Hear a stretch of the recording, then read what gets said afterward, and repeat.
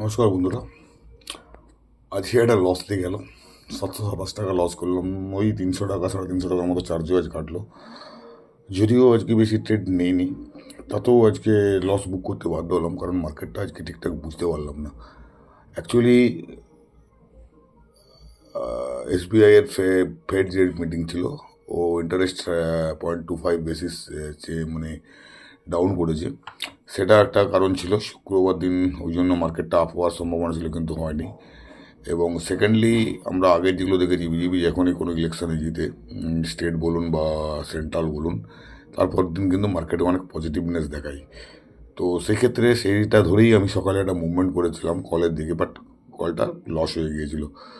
তারপরে একটা পুট নিলাম। পুটটাও মোটামুটি 2,000-2,500 টাকা প্রফিট দিয়ে দিয়েছিল, যেমন যেটা দেখতে পাচ্ছেন 27,400 টাকা যেটা আমার পুট ছিল। বাট ওটা রাখতে পারলাম না, ও আবার নেমে গেল।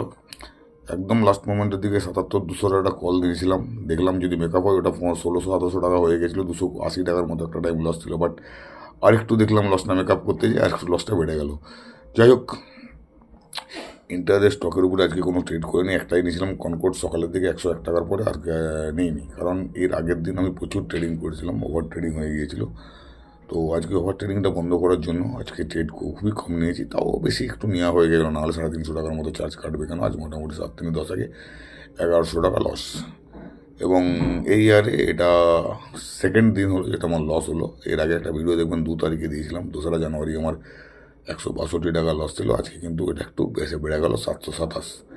আগের সপ্তাহটাও খুব একটা ভালো প্রফিট করতে পারিনি, এবং এই সপ্তাহ শুরুটা হলেও মাইনাস দিয়েই। দেখা যাক আগামী 4 দিন কী করা যায়। তবে মার্কেটের যে মুভমেন্ট, এতে কিন্তু সুইং ট্রেডিংয়ের জন্য বা যেগুলো পোর্টফোলিওতে আছে স্টকগুলো কিন্তু ক্রমাগত নিচের দিকে নেমে যাচ্ছে। এর একটা কারণ আছে, কারণ ওই ট্রাম্প মেটালের উপরে 25% শুল্ক বসিয়ে দিয়েছে। ওই ভদ্রলোকের জন্যই মার্কেট কিন্তু এখন কান্নাকাটি শুরু করেছে। তো দেখা যাক কীভাবে ট্রেড করা যায়। কালকের দিকেও আমার যেটাও মনে হচ্ছে মার্কেট পজিটিভনেস খুব একটা থাকবে না, নেগেটিভের দিকেই থাকবে। যাই হোক বন্ধুরা, এটা কিন্তু কোনো পয়সা রেকমেন্ডেশন না, জাস্ট আমি আমার নলেজটা আপনাদের সঙ্গে শেয়ার করলাম। আজ একটা লস দিয়ে গেল। থ্যাংকস।